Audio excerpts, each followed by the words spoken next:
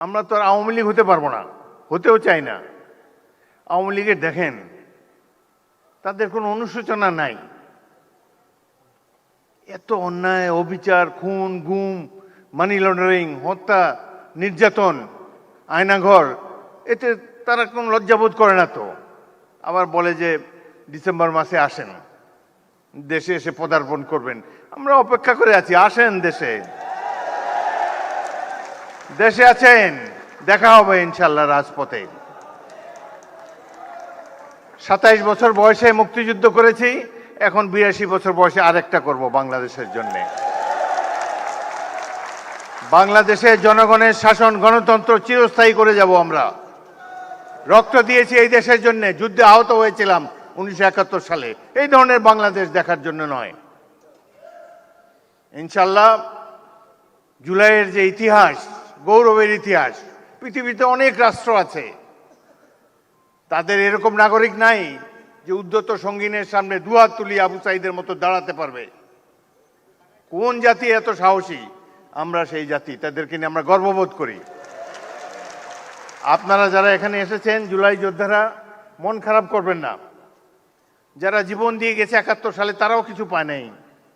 আপনারাও যা প্রাপ্য হয়তো পাবেন না, কিন্তু এই সরকারের কাছ থেকে নিশ্চয়ই সম্মান আপনারা পাবেন। আমরা সেই সম্মান আপনাদেরকে দেব। গরিব দেশের যতটুকু সাধ্য আছে সবকিছু উজাড় করে দেব আপনাদের কল্যাণের জন্যে।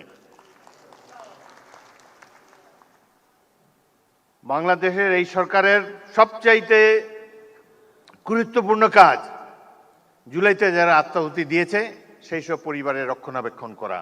এটাই সবচাইতে পবিত্র দায়িত্ব। যারা আহত, চোখের দৃষ্টি হারিয়েছে, অঙ্গ হারিয়েছে, তাদেরকে সুস্থ করে তোলা এই সরকারের পবিত্র দায়িত্ব। ইনশাল্লাহ আমরা সবাই মিলে সেটি পালন করব।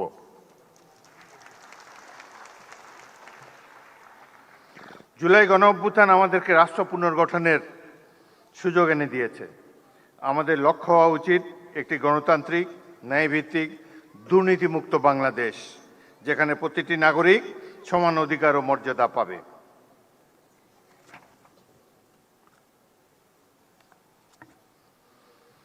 আজ আমরা একটি নূতন যাত্রার সূচনা পর্বে দাঁড়িয়ে আছি। এই যাত্রাপথ সহজ নয়, মতের ভিন্নতা থাকবে, কিন্তু জাতীয় স্বার্থ, গণতান্ত্রিক মূল্যবোধ এবং দেশের স্বাধীনতা, সার্বভৌমত্বের প্রশ্নে আমাদের ঐক্য, সংযম ও প্রজ্ঞার পরিচয় দিতে হবে। আমাদের সজাগ থাকতে হবে যাতে কোনো বিভাজন, কোনো বিদ্বেষ বা কোনো সংকীর্ণ স্বার্থ যেন আমাদের জাতীয় অগ্রযাত্রাকে ব্যাহত করতে না পারে। আজকে এই দৃশ্যটি একেবারেই অনভিপ্রেত ছিল। ভুল ত্রুটি তো হবেই মানুষের, সেটি আমরা সবাই মিলে শুধরে নেব। কোনো কিছুই তো পারফেক্ট না, মানুষ তো ভুল করতেই পারে। কিন্তু এইভাবে যে বিদেশি অতিথিদের সামনে যে নাস্তানাবুদ হলাম, এটি আমাকে খুবই ব্যথিত করেছে। এবং এই ঘটনায় সবচাইতে খুশি হবে যিনি পাশের দেশে বসে আছেন, তার জন্য অত্যন্ত আনন্দের একটি দিন। যাই হোক, আমরা এটার থেকে ভবিষ্যতেও শিক্ষা নেব। আমি ধন্যবাদ জানাই সরকার সমর্থক যারা এখানে বসে আছেন।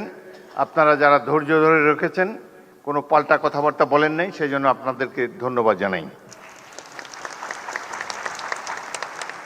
আসুন, মহান জুলাই গণ অভ্যুত্থানের চেতনাকে হৃদয়ে ধারণ করে ঐক্য, দেশপ্রেম, সততা ও পারস্পরিক শ্রদ্ধার শক্তিতে আমরা এগিয়ে যাই।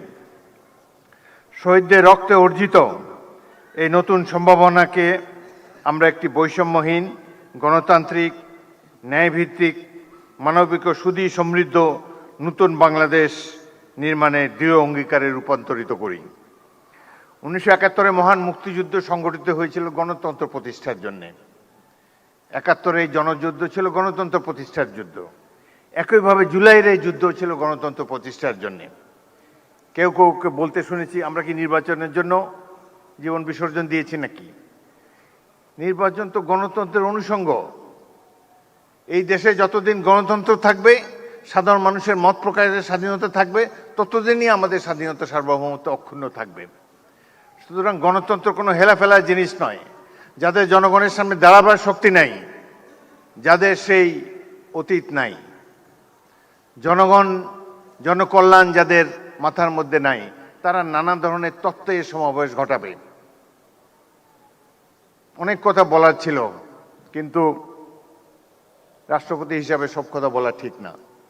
ঐক্য বিনষ্ট হয়ে এরকম কোনো কথা বলতে চাই না। আমি খুবই সামান্য মানুষ। এখানে যা কিছু সম্মান দিয়েছে আমাদের দল দিয়েছে, জনগণ দিয়েছে, মহান জাতীয় সংসদ দিয়েছে। আমি ক্ষুদ্র ব্যক্তি, কিন্তু একটি বড় চেয়ার আপনারাই দিয়েছেন, সেখানে বসে আছি।